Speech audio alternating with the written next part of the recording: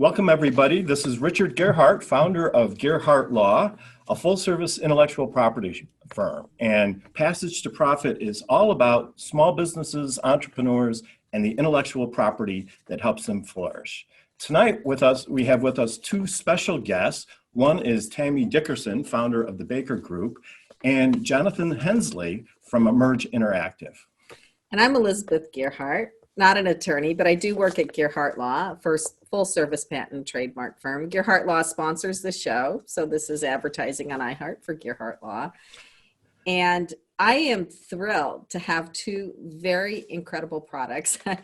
We're sitting here on Zoom, and I can see one of them in the background of his screen, a stuffed waffle. Oh my gosh, I can hardly wait to hear about that. And then the other one is an exercise device, which is very easy to use and can be used in a lot of different places. So Curtis Kennedy and Mike Bradford will be talking later, but first we have to do the IP portion of the show. Well, I don't think we should say we have to do. I mean, this is the part we get to do. This is the piece that the audience tunes in for week after week, right? Okay, so I am going to go first with a patent palooza. So this has kind of become our funny patents part of the show. So when you see the YouTube video, we'll have our video editor splice in a picture of this so you can actually see it. But this guy got a patent in May 2003 where you can put studs in your eyebrows and then you can attach eyeglasses to the studs in your eyebrows. Whoa. And you could also attach them to nose studs. So you can drill into your nose and hook the glasses on. For people who like to put metal on their face, this is like the perfect fashion accessory. I haven't seen that anywhere, though, I gotta say. So that was a patent that was issued. I haven't seen it.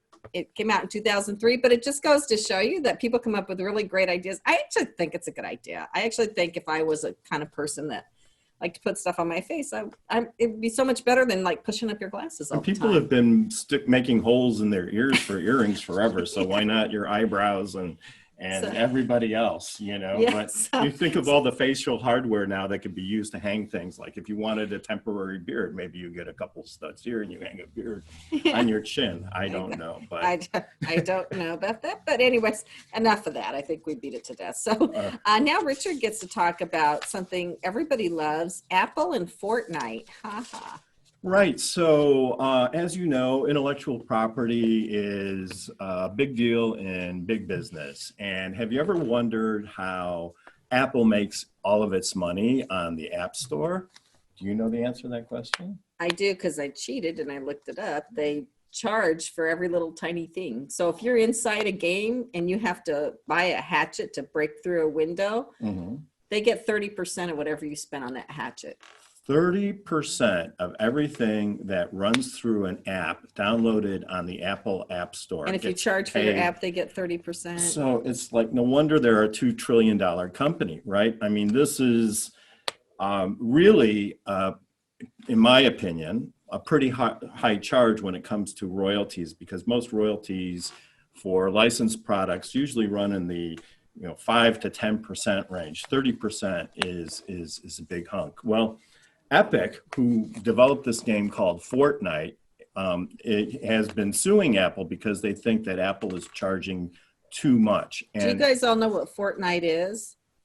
Yeah. So people get hooked, right? Because you're playing against other people on your phone, and you've got teams, or you can do it individually, and it's fight to the finish. Last person standing wins. So people are really into this game. A lot of people are. So does it encourage violence, or does it get it out of your system? Oh, no, it encourages teamwork because you're all ganging up as a team on somebody else. So all sorts of different possible lessons can be drawn from whatever it is.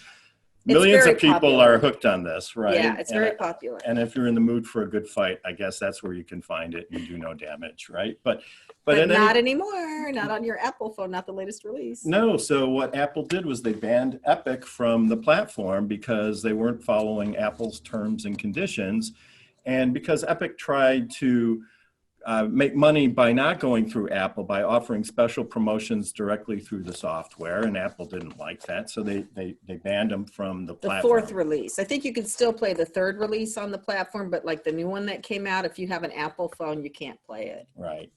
And so Epic is charging Apple with antitrust violations for this behavior, and it's all tied up in the courts, and I guess we'll find out soon what the actual resolution is. Right. So it goes way beyond just this one game, obviously. I mean, because this is how all these apps work, right? Whoever hosts them gets a little bite of the pie every time something happens.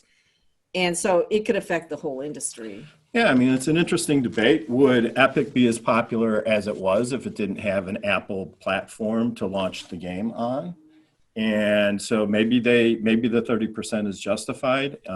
On the other hand, it does seem like a pretty big bite. So on the other hand, if you wanted to play the game and you didn't have an Apple phone, would your next phone be a Droid or something? Like, you know, Apple could be hurting themselves. So anyway. So lots of interesting questions, few answers, but we'll keep you posted on what's coming up in this epic battle. Epic battle. Actually, a Fortnite contest between two epic contestants. So, so now it's time for the guest portion of the show, and I'm just absolutely delighted to introduce our first guest. Her name is Tammy Dickerson, and she's the founder of the Baker Group. And if you are in the mood for an event, Tammy is the one you want to see. I'm in the mood. I want to go to an event.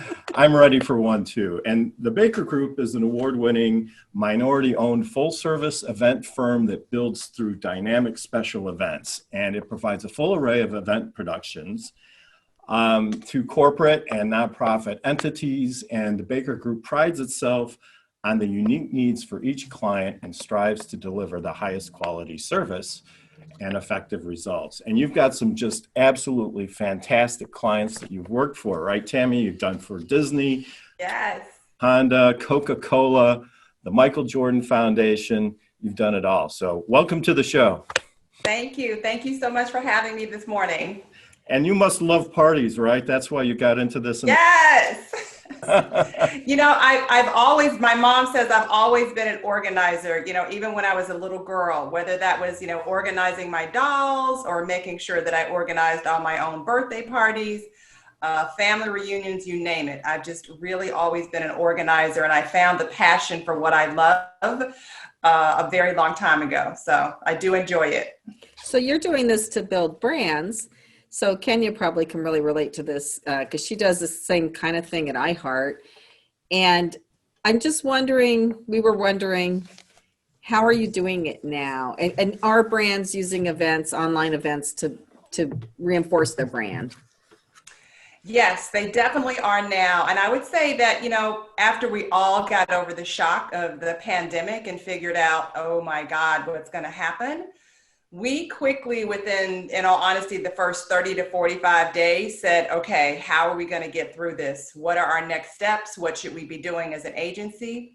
And what we started to do was partnering and collaborating with other audiovisual companies, technical companies, and television producers to look at what the new phase of events are going to be. And within the last probably 60 days, we produced well over 6 or 7 virtual events, which is the new platform that we're all going to be in. And companies wanted to take a pause initially and just try and figure out how long we were going to be here. And once we realized we were going to be here for a minute, then they needed to still start marketing their brands and using events as a communication messaging and still touch with people. So virtual events are going to be here for a while.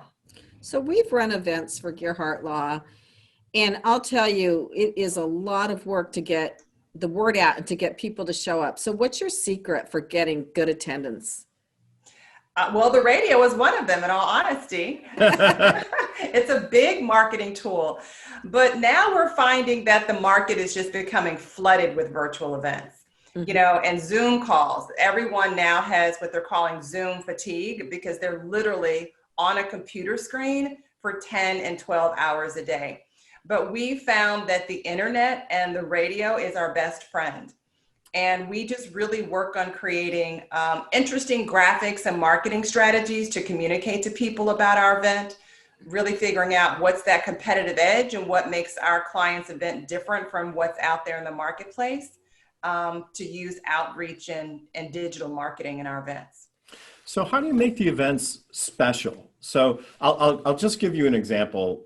We haven't done this, but I've always wanted to. So I once met a marketing guy about 15 years ago. We're talking of brainstorming marketing ideas. And he says, well, why don't you, every time somebody gets a patent from Gearhart Law, you send them a little bottle of champagne and you have this virtual toast, right, to commemorate the event. So do you do any special things like that to help make the events special? Because like you said, being in front of a Zoom screen all day gets pretty monotonous after a while.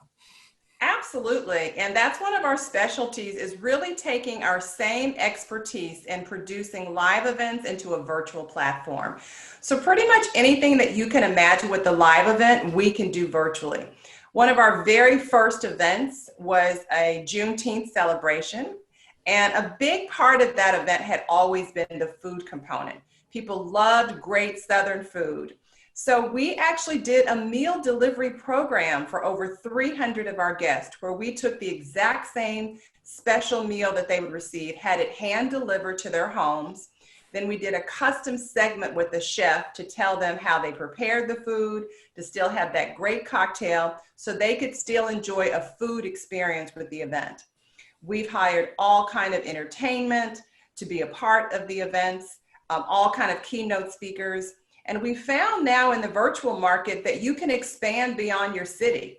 So where you might have had an event of 300 or 400 people, you can now expand to 4,000 or 5,000 people. So it's really garnered additional exposure. So how do you get the big name clients? You know, we found that our events are our biggest commercials. And that is the way that we use our events as a marketing strategy, that we understand that every time someone comes to our event, it's a paid marketing commercial for us. The majority of our events are through referrals and people who have experienced our events. Our next two virtual clients were clients who participated in that first one that I mentioned about the food component, because they were so wowed and enjoyed the experience that when they got ready to produce an event, we were their first call. So from client referrals, people who have had a great experience with us, is how we do all of our marketing. Thanks for coming on, Tammy. I appreciate what you're doing in the space, because I know it's a tricky space to create in, because everything is just so new and it's new territory. Yes. What has the consumer experience been like for you on the back end with people who are engaging and coming to these events? It's been a real learning curve, in all honesty. I mean, we've really had to learn. This platform has actually been out there for quite a while, but we just haven't utilized it, you know, because we like being together. We like the energy of interaction. So it's really been an education for a lot of our consumers to make sure that they have to now receive information in very short bites. You know, gone are the days of an 8-hour conference. You know, we're now taking an 8-hour conference and making it a 90-minute conference. So we really had to do some research on how consumers receive information, how to keep them engaged, making sure that we have multiple breaks and different energy points, or what we call it, throughout events, whether that's entertainment or something dynamic on the screen, polling, engaging, to make sure that our consumers stay interactive. But we've also found that people bounce around. They definitely bounce around. So they'll go to this virtual event for half an hour, and then they'll pop in something else for half an hour. They'll come back to you. They're really bouncing around and just taking in lots of different information. So what are some of the challenges of running an events company? Well, we probably have them all. We are now celebrating this year our 20 years in business. It's hard to believe that 20 years ago we started the business in our dining room, and it's been an amazing journey. But some of the challenges that we've had, in all honesty, is when we first started was just getting the opportunity. You know, being able to prove to some of those big brands that are out there that as a small women and minority-owned firm, that we have the same level of expertise and quality and can produce events like some of our majority partners. I was fortunate that I came from a corporate background, so I think that gave me a little foot in the door, but it was still very tough just garnering those big brands initially. Some of the other challenges that we had is just around human capital, really making sure that you hire a very strong team, because it's not just me, it's a very strong team of event professionals that help us doing that. So all the elements around HR has really been a challenge for small businesses. Everything from insurance and being able to provide insurance to your employees, to benefit plans, et cetera, has been a challenge. So do you have preferred caterers that you use for this food so that you can rely on them? I mean, I could imagine that could be a problem if the caterer doesn't show up. Yes. We've been really fortunate that we have some very strong strategic partners that work with us, and we've really developed these relationships over the many years that we've been in business, because they are the heart and soul of our business. We really serve as the quarterback for executing these big projects, but we need everybody on the team to play a role. Our vendors, our suppliers, our staff, they all play a major role. So developing these long-term relationships has really been important. And we also try and work with as many women and minority-owned firms as possible, because we believe in that philosophy. So, referrals from other companies to try new vendors and caterers and you name it, we've definitely been doing that over the last couple of years. But they're the backbone of our organization, and they've really been supporting us. I'm just sitting here looking at Mike Bradford, and he has this stuffed waffle behind him. I think It looks good, Mike. I can't wait to find out what it is. you got. Yeah, I think it'd be perfect for your events. Yeah. So, Richard had a question. What was the funniest thing you ever saw at an event? Did it involve alcohol? Well, that was the question I asked too. Like, do people get drunk during these virtual events? And Well, I ask think some if really they're- We've had to kick a few out, We've definitely had those times when we have, and actually now that you say that probably is one of the funniest things that had happened to our event. We actually had a nonprofit client, and we were doing a fundraiser for them. And one of our guests did get a little inebriated, and we were literally cleaning up the event. The event was over. We were striking. People were leaving. Caterers were setting up. And we had one of our vendors pass outside of the window, and they saw a wig hanging on the outside of the window. And they came through and they said, "Tammy, we think someone is locked in the restroom because we see a wig hanging out the window." And sure enough, this guest had pulled off their wig and had put it in the window because they were so hot. And they were trying to, get themselves together, and we had to get security to come in there and say, "Get that wig back on and get that guest out of here." But in all honesty, if that person had not seen the wig hanging outside the window, we would not have known that guest was inside. That's funny. Yes. How do you find the ideas to keep being creative and pushing the envelope on new events and new event ideas? Because in your business, you really can't do the same thing twice, right? I mean, each party is a custom crafted event that that needs to stand out, right? Because Yes. it reflects on the company that's throwing the party, and so you're there to impress the team and any guests, right? Yes, absolutely. We really like to customize and, to your point, craft an exceptional experience for our guests. So one of the things that we definitely believe in, and I'm really, a proponent of, is just making sure you're always honing your craft. I am big on reading and watching everything that's out there in the industry, making sure that I'm going to trade shows, that I'm reading business articles, that I subscribe to everything, that I'm a member of various different trade associations that are out there. So can I always on top of new and innovative ideas. I watch my competition. I watch other competitors to see what they're doing and what's interesting about events and what we might be able to tweak. But we're also really happy to have a strong creative team, where when we get a brand new client, we do a whiteboard process where we literally go in and throw any kind of idea on the wall to say, how can we make this year different? How can we make it look different? And work on crafting an interesting experience. No idea is stupid. It really isn't. You might have to tweak it and change it a little bit, but really coming up with interesting ideas is one of the things, and stepping outside of your box and hearing your clients and what they want to do at an event and how we can take that and make it their reality. So you can pretty much do anything. You use these events to help brands be noticed. So it sounds like you also do the promotion. So when we were doing our events for Gearhart Law, which were pretty well attended for what they were because they were about intellectual property for overseas international intellectual property. It's not like watching paint dry. Trust me, it's fascinating. But we felt like, even though we didn't get like hundreds of people at the event, just the fact that we had an event that some people came to, that we could just blast everywhere, all over social media. And we weren't doing radio then, but I think today we would have it on the radio. Everywhere was part of the brand building.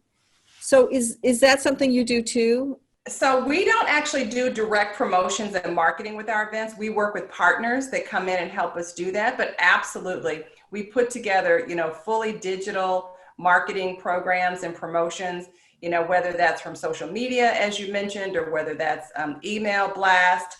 But we also make sure that we go in and do very targeted market research. We want to find out who their attendees are, who they want to communicate to, what their brand is really all about, what's their demographics. And that's where we put together a targeted plan to focus on that group. And then also if they want to expand that, we do some test marketing with digital marketing that's out there and figure out how is it running? How are we getting feedback? Are people responding to this? And if not, we quickly change. But promotions and social and digital marketing is very important in any kind of brand building, as I'm sure Coach Kenya knows. Well, and then if you come to the event and you don't have a good time, that's a bad for your brand. That's a bummer. Yeah. So that has to be another consideration too. You do want a really good company. You want really good food. I mean, people remember the food. She remembers the food from like Well, most people do remember the food. I mean, events are experiences, and we really want to start that experience from the very first time people get the invitation. From when they get to save the date to the invitation, we want to catch that wow factor and say, this is something I want to be a part of. And we really focus on all the sensories of our guest, whether that is how it smells when they walk in the lobby of the hotel, to smelling the aroma of food when they walk into the ballroom, to making sure that they're greeted friendly when they check in, that it's professional. From the music, the ambience, people react to that. And it's the same reaction in a virtual experience. So all of our events start with music. All of our events virtually start with bright colors so people can be energetic. We make sure that we have great hosts as a part of our virtual experiences. We want it to be a television production. So we really touch on all the sensory aspects of our guest. Yeah, well, I'm getting some good ideas for our entertaining, personal entertainment. Sounds like you need to hire the Baker Group. Music, Yeah. make sure everything smells good and have some bright stuff all over the place. I do feel like anyone looking to do an event, even if you're not using Tammy because maybe you're in a different part of the country or something, these are all things that your event planner should be doing for you. So you should write these down or listen to the podcast after the radio show comes out so you can list these things out. And when you're interviewing event planners, ask them about this stuff. So Kenya. Yeah, no, I can't emphasize enough how important the virtual space is right now. I mean, even at iHeart, we've had to pivot some of our most marquee, in-person events to virtual events this year. And it's been tricky. We've been successful, but it's been tricky. So just to your point, Elizabeth, there's a lot of information that's out there. Get as much information as you can so that you can learn how to do it properly. And if you don't know how to do it properly, you should definitely be hiring somebody like Tammy. Absolutely. So Tammy, if an entrepreneur or small business is listening and they don't necessarily have the budget to hire a truly professional brand service like yours, what are some of the things they can do to throw an impressive event for their company without fully engaging a brand event company like yours? I would say there are a couple of things that some of the smaller companies can do.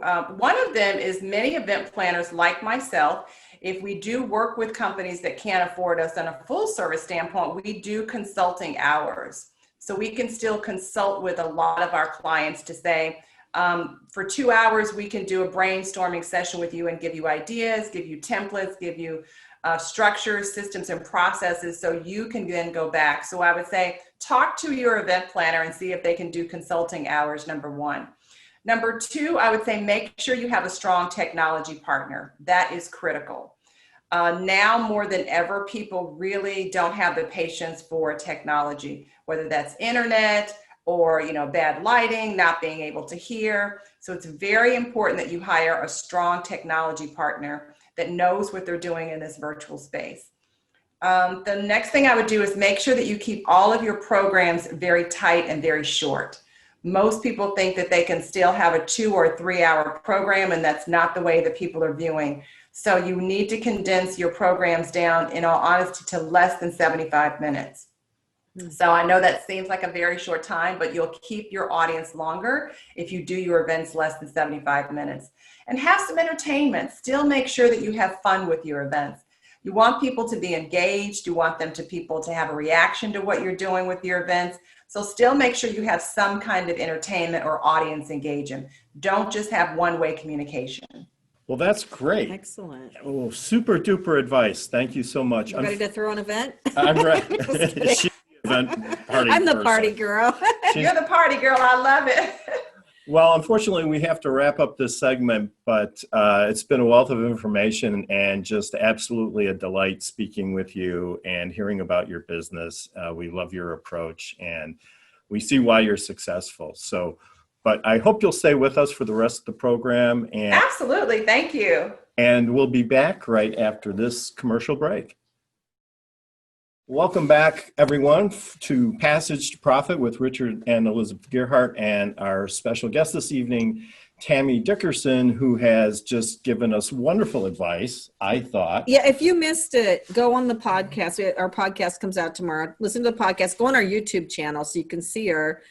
And she gave some great tips for entrepreneurs or any businesses that are trying to promote their brand using events, and especially virtual events right now. Our next guest is an executive spotlight, and for better or for worse, we're living in a digital world now and a digital age. And our next guest is a leader in that transformation, John Hensley, from a company called Emerge, and Emerge Digital Product Agency, which executes digital transformation for organizations. So welcome, John. So great to have you here. I did notice on your website in the About Us page, you said that your goal was to change the conversation, to move people to action, to inspire and motivate a team to focus on what matters. And I thought those were really cool words. So tell us about your company and tell us what you do.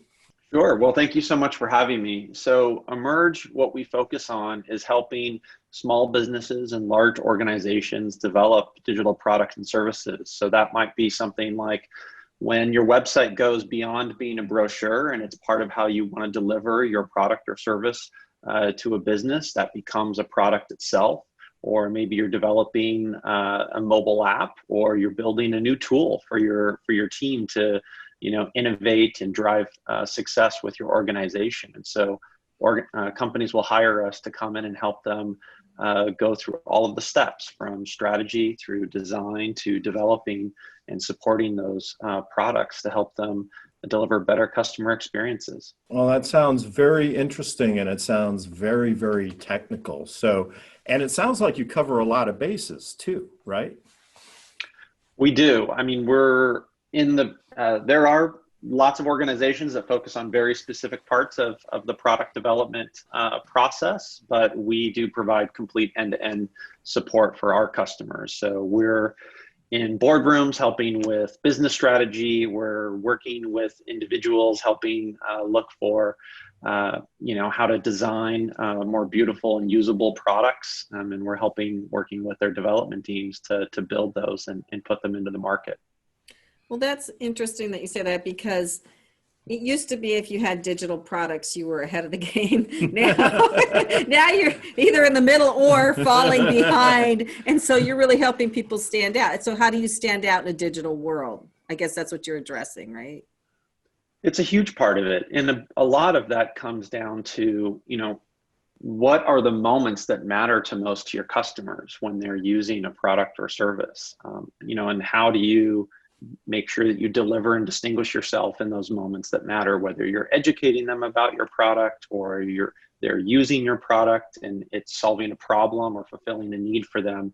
We're really diving deep into those things and really understanding how can we make a connection. Do you have an example of how you worked with somebody on something like this, like a smaller company, like people that would be listening that are entrepreneurs?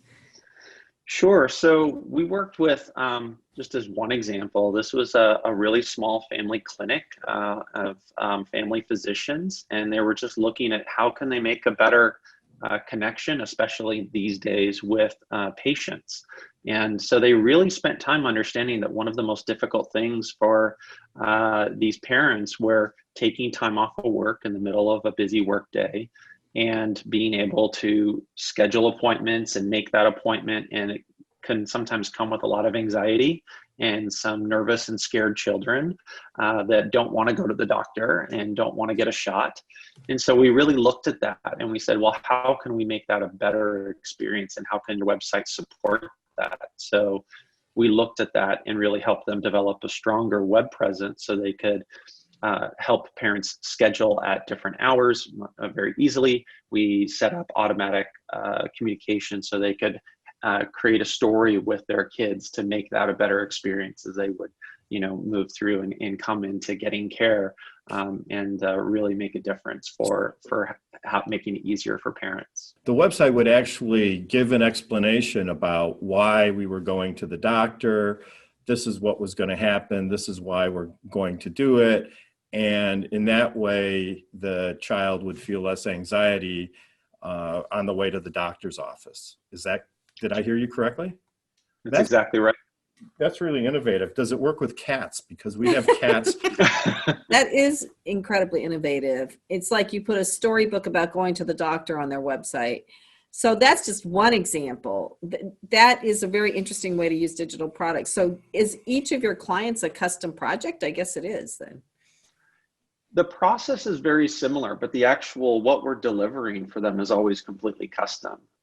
It's every product is there to solve a very unique need or and address something that the business is trying to do. As more and more entrepreneurs and small businesses are looking to go and leverage technology, we're helping them understand how do you invest into technology in a smart way. How do you make sure it's going to be scalable and affordable long term, and making sure that you focus on the right areas. And there's a lot of times when we're talking to entrepreneurs, it doesn't make sense. They're not ready to maybe make that leap. And there's amazing, what we would call off-the-shelf solutions that are out there in the market. But what we can really do is help them focus on a strategy to make those things more effective. Jonathan, I see you have a really great article on your website. It looks like it's a video too about Facebook leads don't suck, your funnel does. And so what are some pipeline problems that you see with some people you've worked with or typical small business challenges that come up with people converting and issues with their pipeline? Sure. So one of the biggest things that we see a lot of times is that especially for small businesses, is that they don't really engage with clients until the point of purchase. And so what we really encourage small businesses and organizations to do is to get out there and do more customer research, have more conversations with the people that you're there to serve. And what we really are focusing on is what motivates them to look for your product or service. Why would they be interested in what influences them choosing your product or service over another?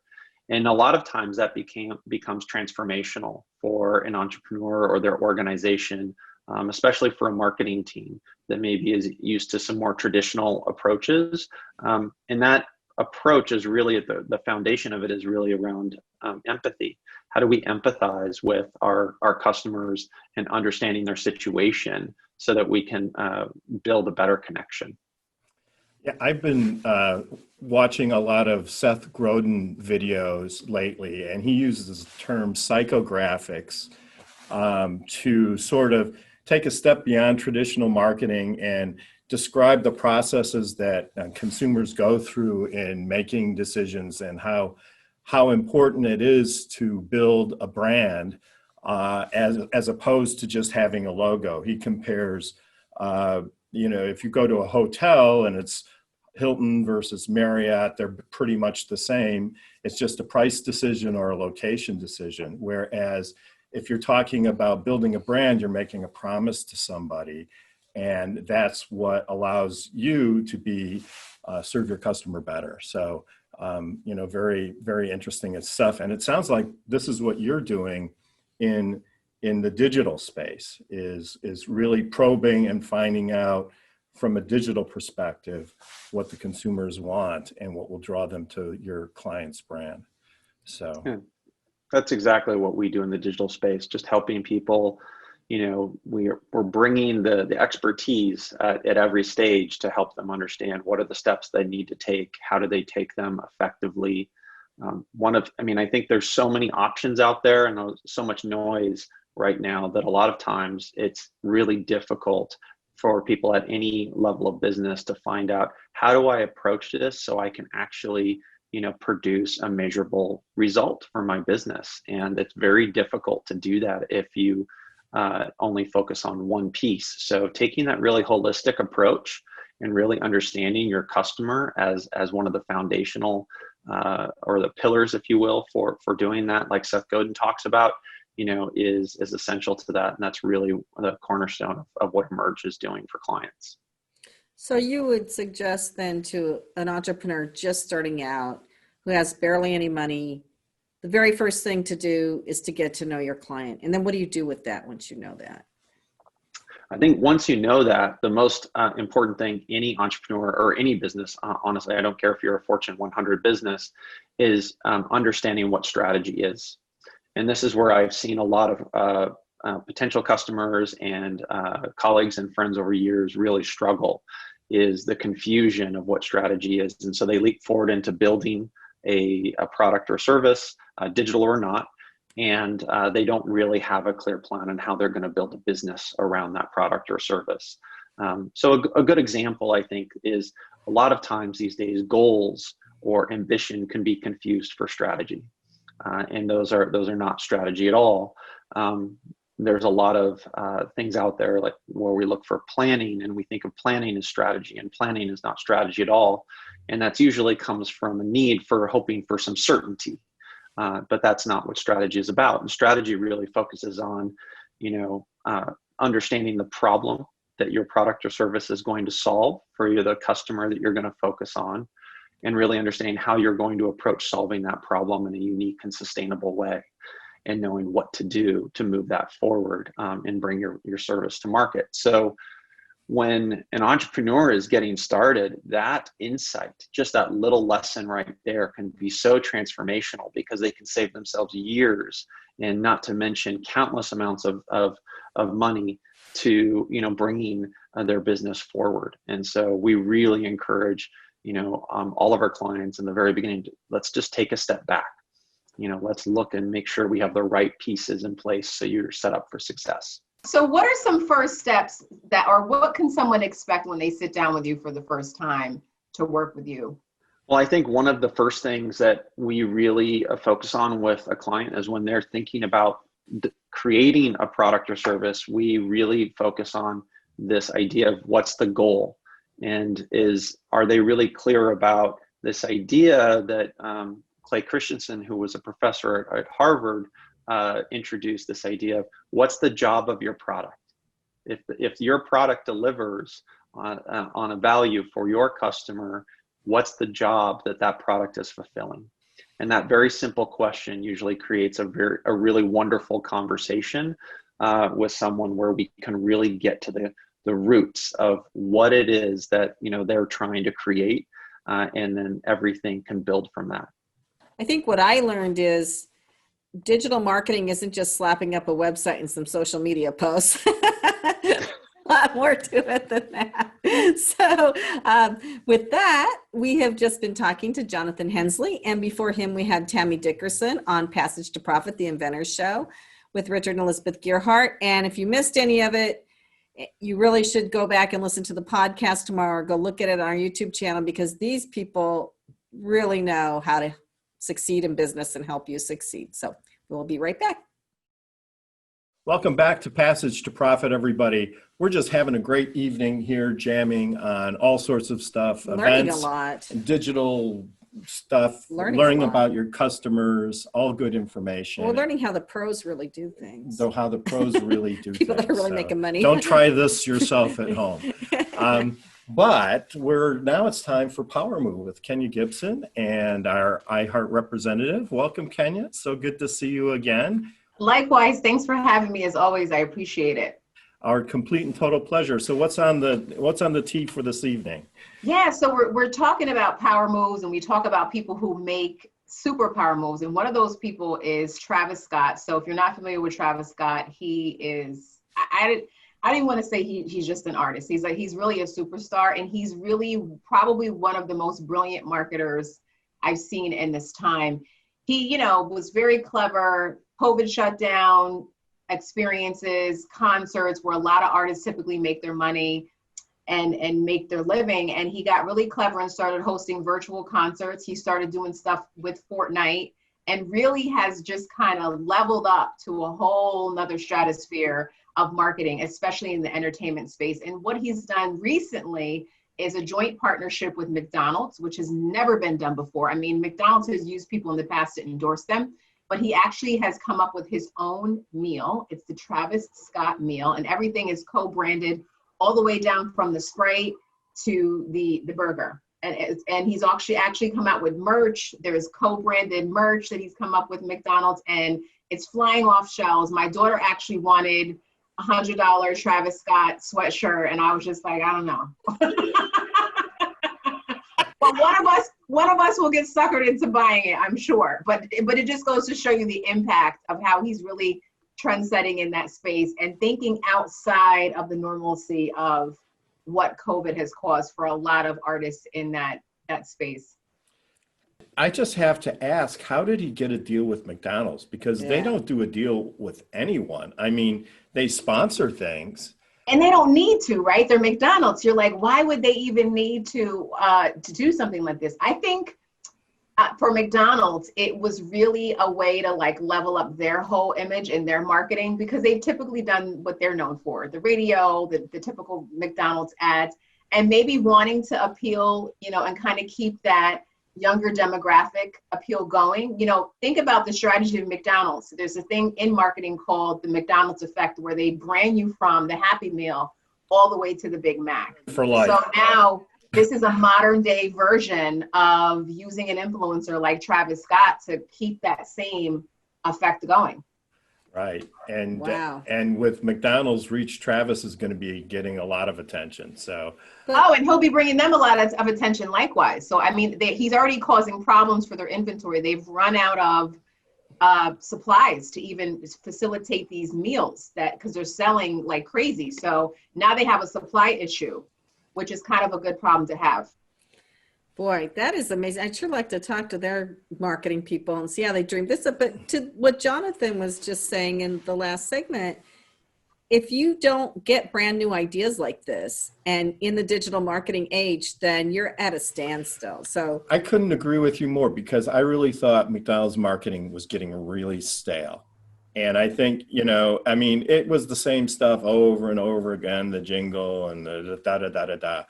And it was all very professionally done, but it was getting boring. So I think this is a great strategic move to bring somebody in and shake things up a little bit. So, but I hope the McDonald's executives are listening to me now, taking my. Yeah.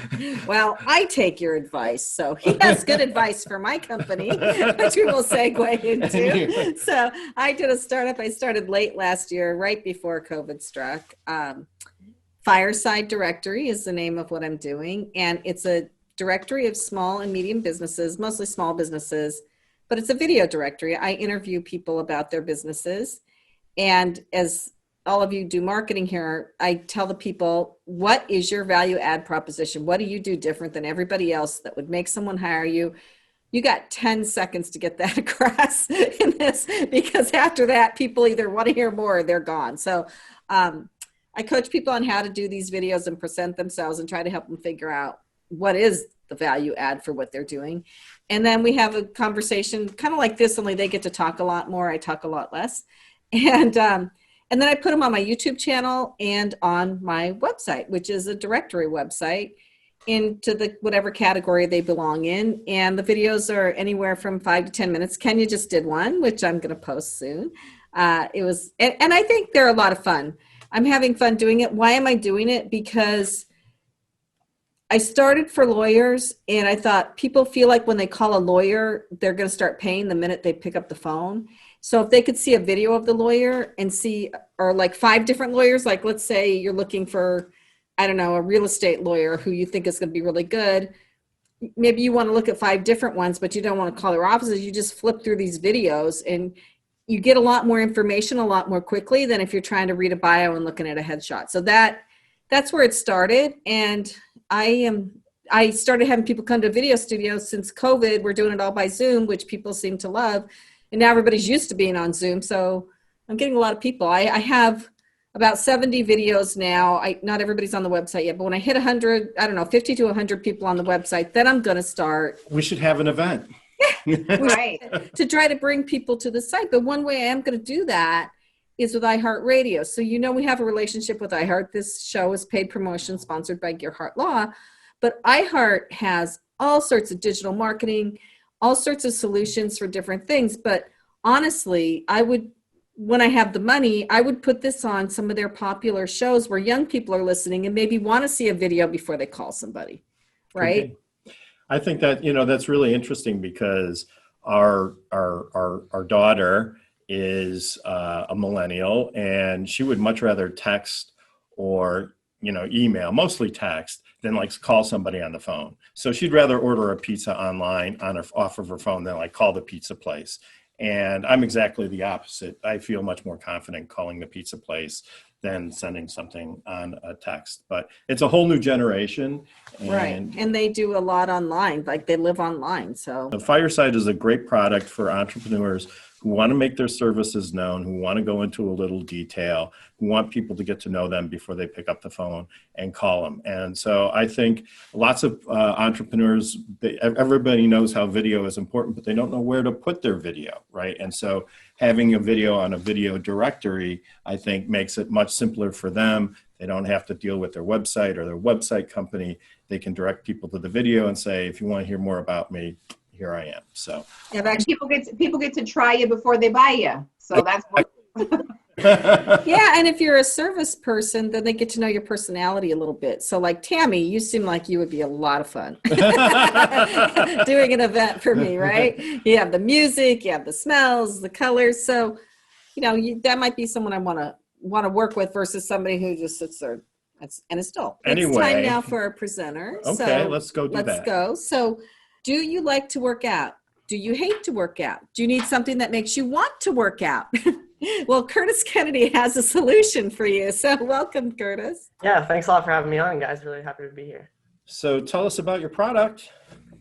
Yeah, so it all started from a personal problem of mine. I've had back and muscle pain for as long as I can remember. I was rolling around on a golf ball on top of the ground since I was 11 years old on a daily basis, and I really just believe that there was a definite need for a better solution, considering back and muscle pain are one of our world's most common health problems. So I was studying mechanical engineering at university, and I knew I wanted to start a business and have it running by the time I graduated. So I got thinking about these different ways I could solve the problem that I was having of having to lay on the ground on top of a ball.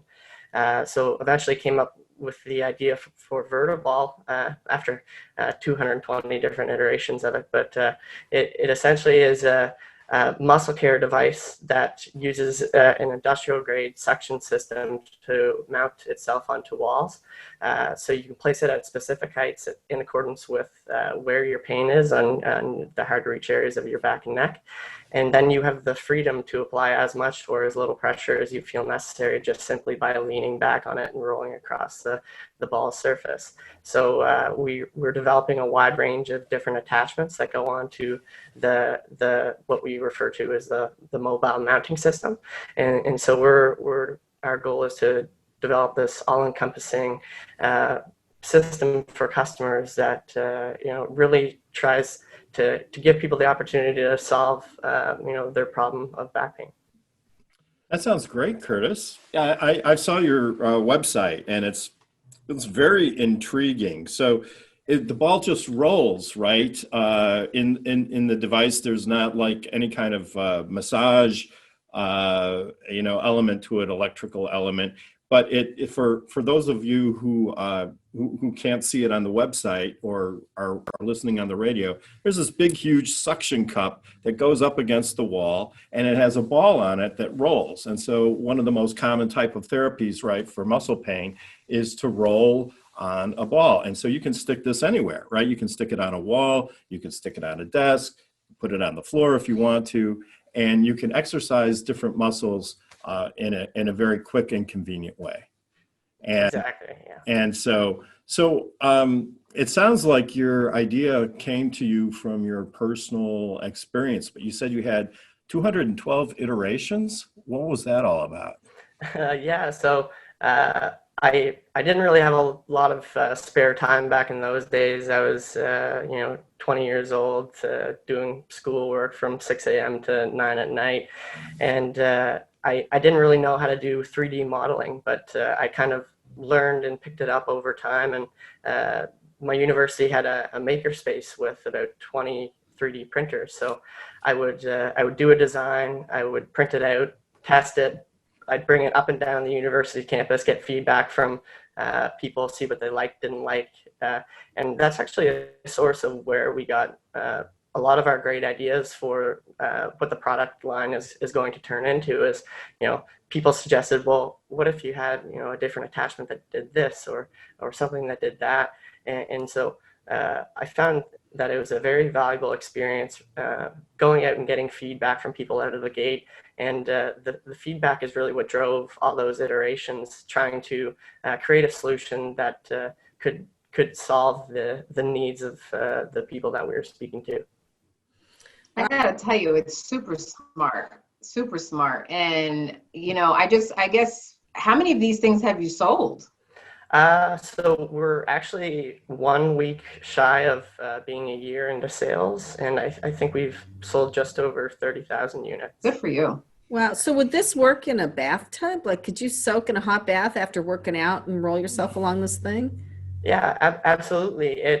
Some people actually really like using it in the shower because it warms up their muscles, so it's they're in a relaxed state as they go to use the product. But it's very unique in the sense of how the suction cup works. So traditional suction cups, you push it onto a surface and you can pop it off.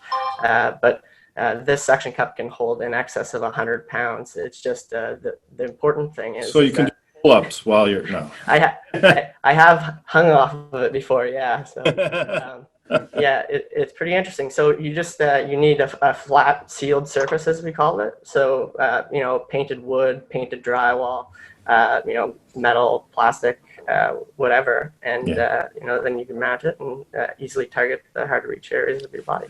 The name is clever. Did you come up with the name? I did not know. I was in a business accelerator program, and where we had all these design mentors that helped us with branding, and it was a collection of people that threw a whole bunch of names together. But I think it was Andy Bostwick was the guy who came up with the name for Vertiball. So I got owe a debt of gratitude to him for sure. That's really great. So for our listeners who are unfamiliar with the concept of an accelerator, can you tell them a little bit about that, what the experience was like and what happens in one? It's a really great opportunity to work with people in a business community and understand the fundamentals of starting a business when really you don't have an idea of where to go, what your first steps are.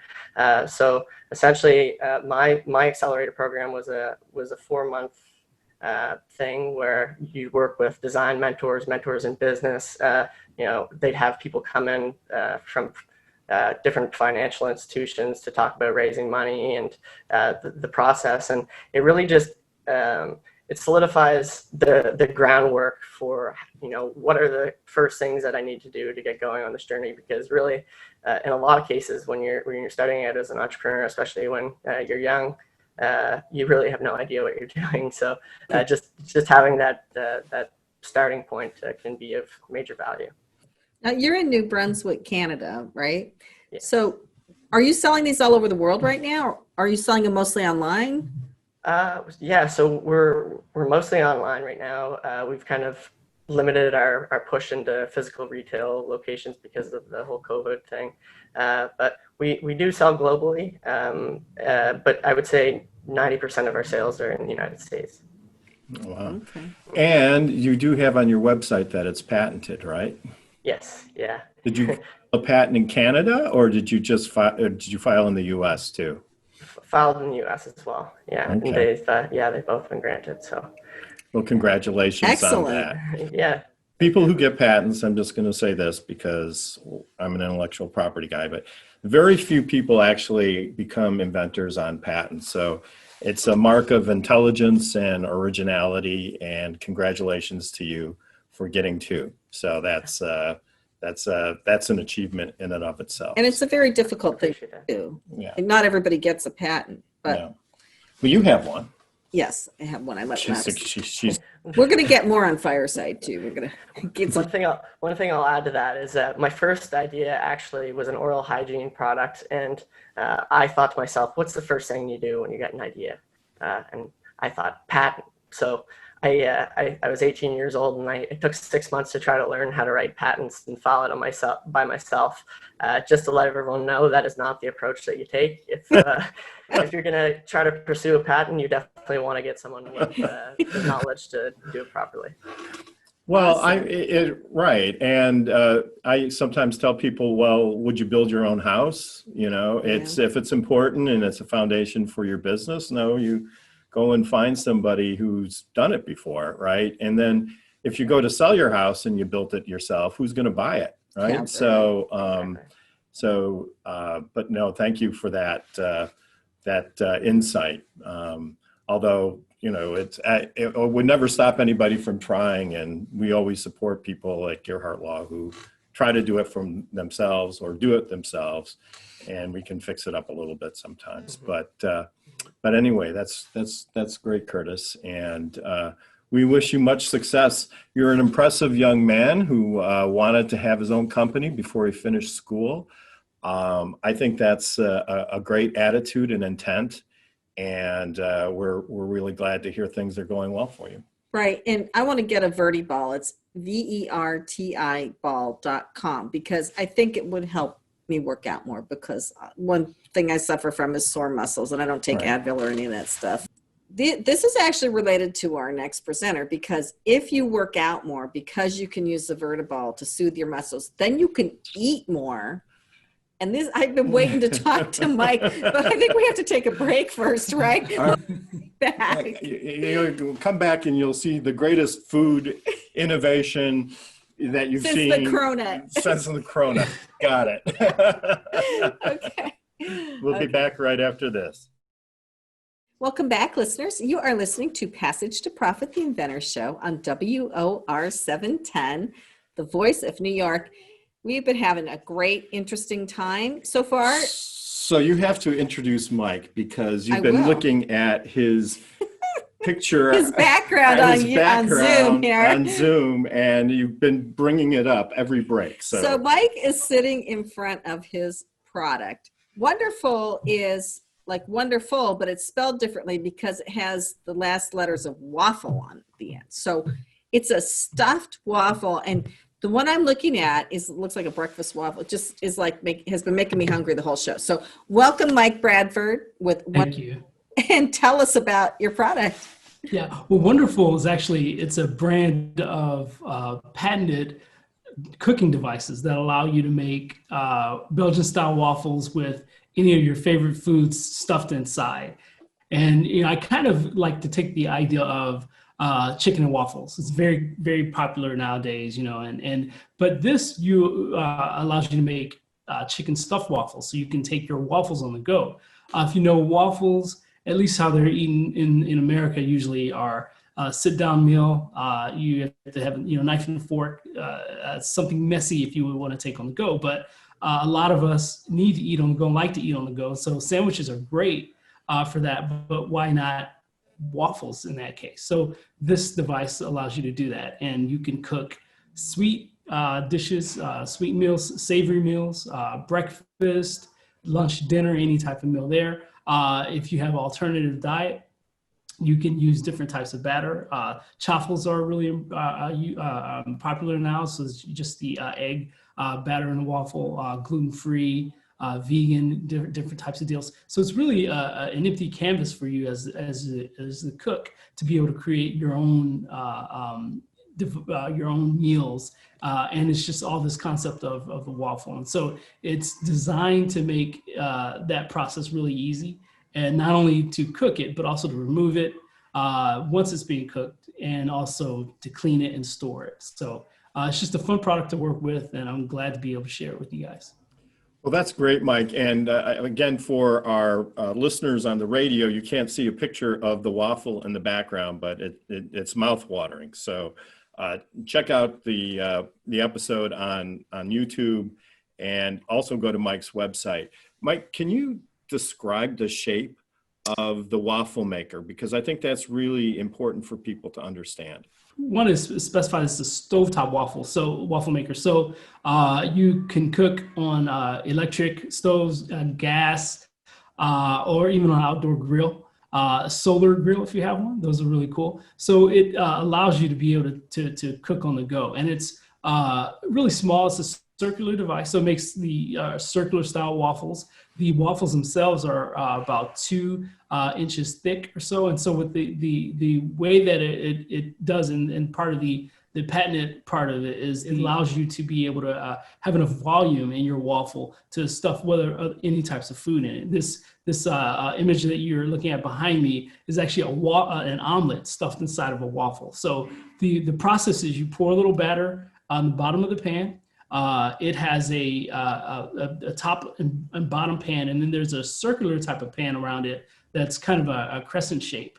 And it's made, it has like a scissor action that is used to extract the waffle once it's cooked. But you pour batter into the device, you add your stuffing into it, or whatever food you're going to stuff into it, and then you pour a little bit more batter on the top of that, and that encloses that food that you've put inside of it, inside the waffle. And so you cook on both sides over medium heat, and then you have your waffle when you're done with it. So it looks like a normal waffle, except it's thicker, and it has not only the waffle pattern on the top and bottom, but it's also along the perimeter, or the thickness, the perimeter of the waffle as well. So my first kind of term for it was a 3D waffle, because your waffles are usually flat, and this one has got some thickness to it, some depth to it. So it's and it's actually easily, it's a large waffle, so it's really probably more for just one person to eat at once. So it's easy to split into quarters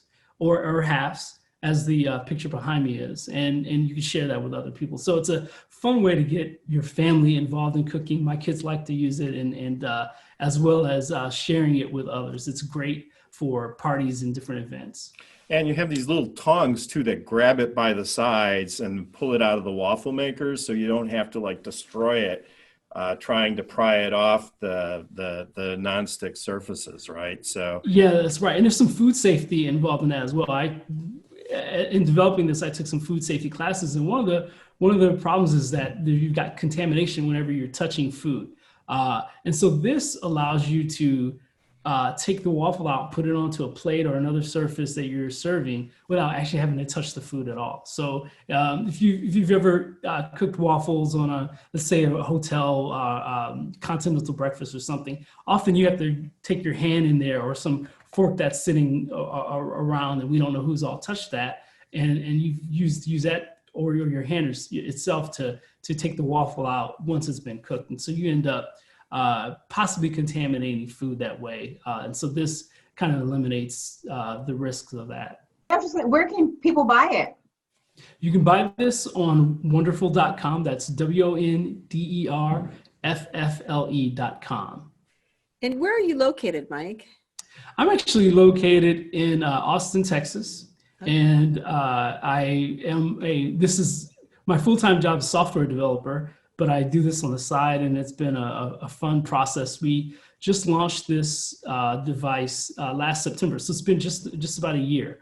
And we have seen a lot of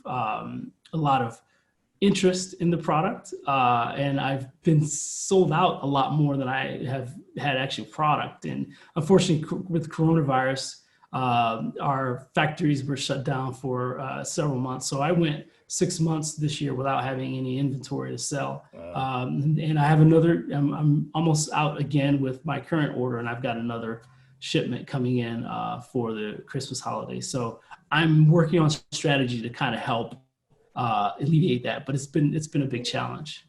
So what was the inspiration for the idea?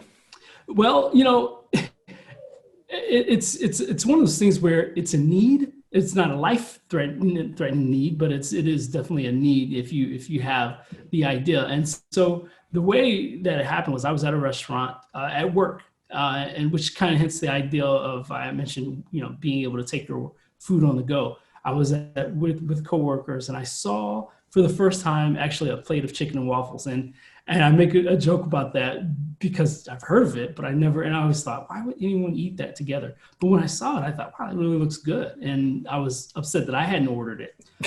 However, I did think, though, one of the problems was it was just so large, it almost fit the entire plate. And I realized, well, you can't really take this on the go. And I wondered if there was a product out there that lets you make like a waffle sandwich. And I couldn't find one. And as Curtis as well, I have a degree in mechanical engineering, and I do 3D design. And so I was able to design one myself and built the first prototype. And at an event with friends, I cooked some of these waffles, and people were asking about them. And so from there, I just started the process of trying to get it manufactured. Do you have a patent on the design? It is a utility patent, actually. Yeah. Gotcha. I would think.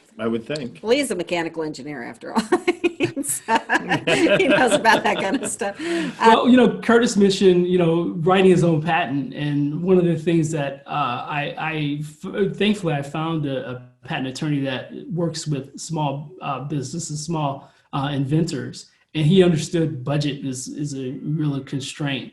And so he allowed me to do a lot of the provisional patent writing process. And I drew all of the drawings. But when it came to the non-provisional and the claims, that was stuff way beyond my pay grade. And so obviously he, handled the bulk of that. But it was a lot of review. I was, really involved in that process, and I learned a lot. Not enough to be able to do it professionally, but I did learn a lot about my product and about the patent process.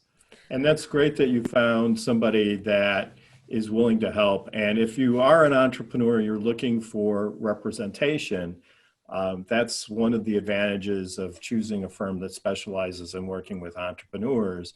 They will help you get a start and get something on file so that you have a filing date and you're protected and you can move forward with the business and then, fix it up later on. And there's a lot of larger law firms that don't like that approach because they want to do the whole thing themselves.